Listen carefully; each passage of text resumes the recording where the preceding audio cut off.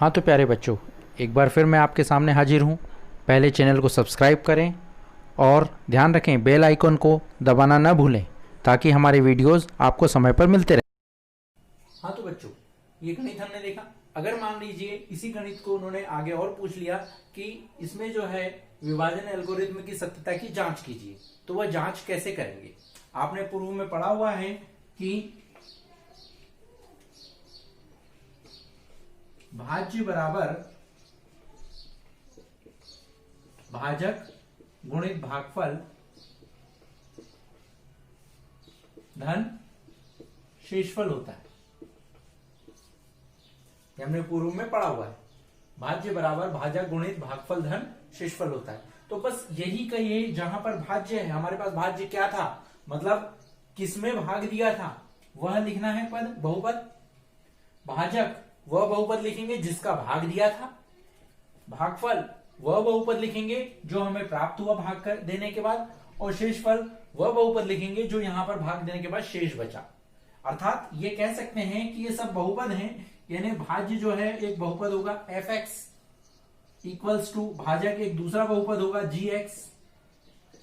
भागफल जो है वह एक और बहुपद होगा, मान लीजिए वह qx है। और शेषफल भी एक बहुपद होगा कोई सा, वह सपोज कर लेते, मान लेते कि वह rx। इस तरह से ये हमारे पास विभाजन एल्गोरिथम है। और यहां एक बात विशेष यह है कि कभी भी जिसका भाग दे रहे हैं वह gx मतलब जो है वह कभी भी बराबर नहीं होना चाहिए शून्य के।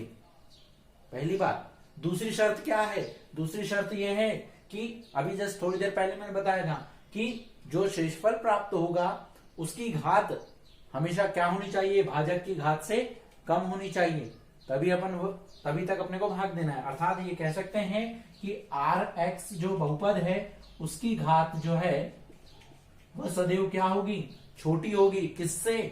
जिसका भाग दे रहे हैं, मतलब जिसका भाग दे रहे हैं किसका, gx की घात से। तो ये चीज आप ध्यान रखिएगा कि जिसका हम भाग दे रहे हैं उसकी घात से छोटा होना चाहिए। बस अब ये अपन अगर सत्यता की जांच करनी हो तो ये सूत्र में मान रखें और सत्यता की जांच कर लें। कैसे? देखिए भाज्य जो है हमने क्या है हमारे पास, ये लिखा हुआ है fx 14x cube minus 5x square plus 9x minus 1। ये हमारे पास हो गया fx इक्वल्स टू gx जिसका भाग दिया, किसका भाग दिया था, हमने दिया था भाग 2x माइनस 1 का इंटू qx। भागफल हमारे पास क्या प्राप्त हुआ था, ये भागफल प्राप्त हुआ था, क्या हुआ था, 7x square plus x plus 5, ये हो गया, प्लस rx शेषफल क्या बचा था, प्लस 4। तो ये हो गया। बस अब आगे इसको सॉल्व कर लें। कैसे?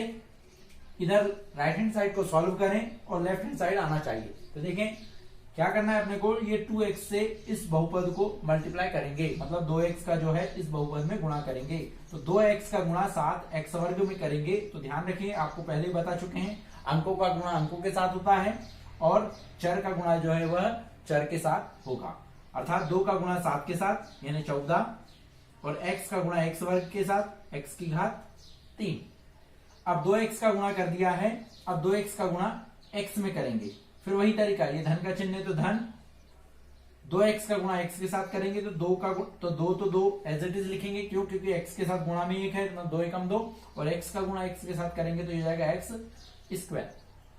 फिर इसके आगे 2x का गुणा जो है वह 5 के साथ हो जाएगा। तो 2x का गुणा 5 के साथ होगा तो यहां पर अपन क्या लिखेंगे, 2 पंजे 10 x।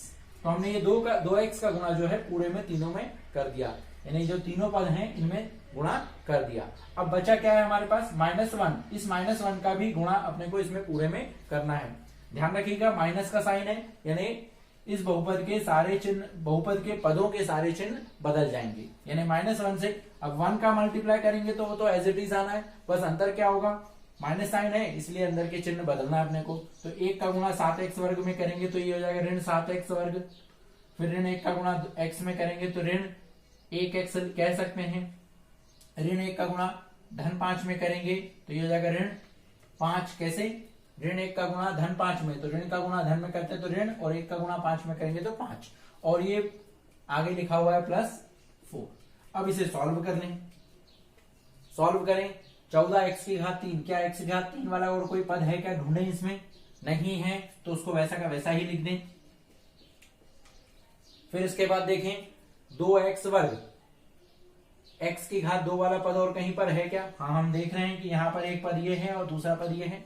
अब देखें दोनों समान घात वाले पद हैं, ठीक, चिन्ह कैसे हैं, असमान है, मतलब संख्या जो है इसके गुणांक जो है कोफिशिएंट जो है वो घट जाएंगे और बड़ी संख्या का चिन्ह लगेगा। मतलब ये 7 में से जो है हमें 2 को घटाना है, तो 7 में से 2 को घटा दिया, हमने लिख दिया 5, और बड़ी संख्या 7 थी तो उसका चिन्ह लगा दिया 5, और जो उसके चर हैं वो वैसा का वैसा ही लिख देंगे। मतलब 7x वर्ग में से 2x वर्ग घटाया, बचा ऋण 5x वर्ग। आगे देखें ये लिखा है 10x और ये लिखा है 1x, आगे कोई नहीं है, मतलब x वाले पद भी 2 हैं हमारे पास, एक धन में है और एक ऋण में है। तो धन 10x में से ऋण 1x घटेगा तो ये हमारे पास आ जाएगा धन 9x, और इसके बाद ऋण 5 धन 4, चिन्ह असमान है, संख्या घटा दें, सीधे आ जाएगा ऋण 1। अब आप अगर इससे तुलना करेंगे तो देखिए भाज्य जो है वही का वही है, ये आ गई, सत्यता की जांच हो गई, मतलब हमने जो आंसर निकाला था वह बिल्कुल सही था। तो ये आपको समझ में आ गया होगा। आपको ये वीडियो कैसा लगा? यदि वीडियो पसंद आया हो तो इसे लाइक और शेयर अवश्य करें, और इस अध्याय से संबंधित कोई भी परेशानी हो तो वह मुझे कमेंट बॉक्स में अवश्य लिखें।